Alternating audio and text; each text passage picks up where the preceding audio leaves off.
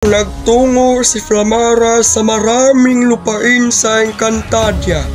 Sino ka? Ako si Zaud, isa sa mga makapangyarihang kaanib ng Kera Metena. Paano iyon nangyari? Hindi maaring hindi maramdaman ng brilyante ng apoy ang presensya ni Metena. Sa lamang ang ibig sabihin nito, wala sa Minyave si Metena.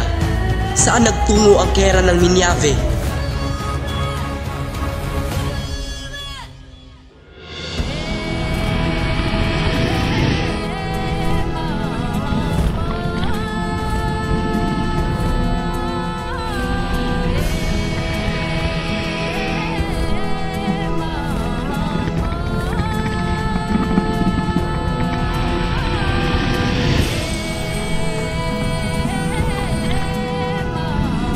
Malapit na ako sa Lereo.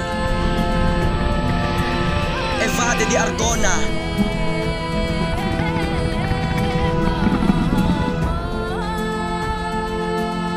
Handa ka na ba, Adamus? Handa na ko, Terra. Kung ganoon, Esta Sectu!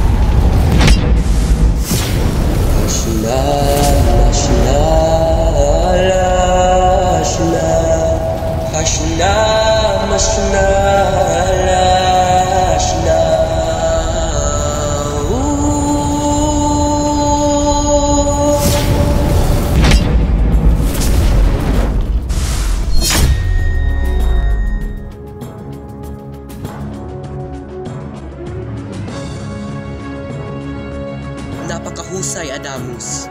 Tunay ngang napakamakapangyarihan ng iyong brilyante. Avisala Eshma, Terra. Dea, ikaw nang susunod.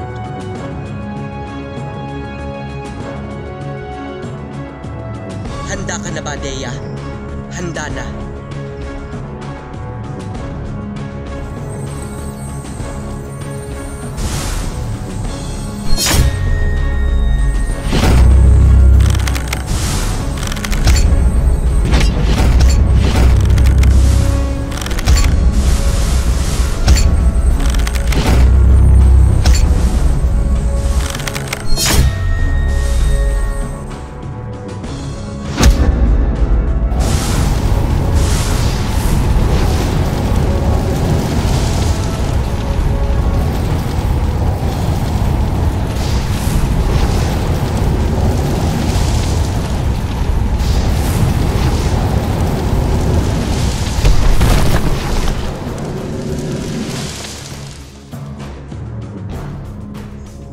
Tunay ngang napakahusay.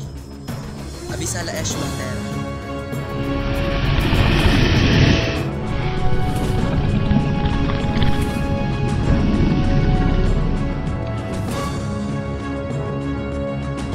At kailan pa siya nagkaroon ng interes sa mga Argona?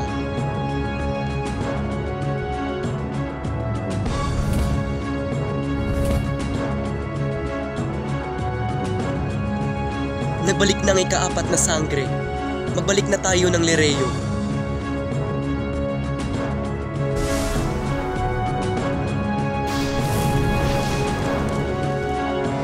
Kung ganoon, ano ang iyong natuklasan sa Minyave? Sa aking pagdating sa Minyave ay merong isang kakaibang bagay ang aking napansin.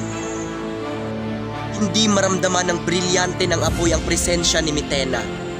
Isang bagay na dapat nating ikabahala. Katakatak wala sa Minyave si Metena. Ngunit mainam at ligtas kang nakabalik dito, Flamara. Sa napakahabang panahong nakasalamuha ko si Metena sa Minyave. Nakilala ko na siya ng lubusan. Napakalalim ng kaniyang galit sa mga taga-Encantadia. Lalo't sa mga lahing ito nagmula ang kaniyang mga magulang na nag-abandona at nagkulong sa kanya sa Minyave ng napakahabang panahon. Noong una ay naiintindihan ko ang pinagmulan ng galit ni Metena sa mga taga-Encantadia. Ngunit sa pagdaan ng panahon ay naging gahama na siya sa kapangyarihan. At hindi ito dahilan upang idamay ang mga inosenteng taga-Encantadia na walang kasalanan sa kakulangan ng kaniyang mga magulang. Kaya't taliwas sa aking paniniwala, kinalaban ko si Metena. Lalo pat hindi na kinakaya ng aking konsensya na manakit ng mga inosenteng taga-Encantadia. Kaya't natitiyak kong sa pagbabalik ni Metena, magdudulot ito ng malawakang kasiraan at madugong digmaan sa Encantadia. Kaya't maghanda kayo. Lalo pat mararamdaman na natin ang lamig ng galit ng reyna ng Minyave. Mukhang meron nga tayong dapat ikabahala. At ang nakapagtataka, napakatibay ng pananggalang na binuo ni Metena sa Minyave.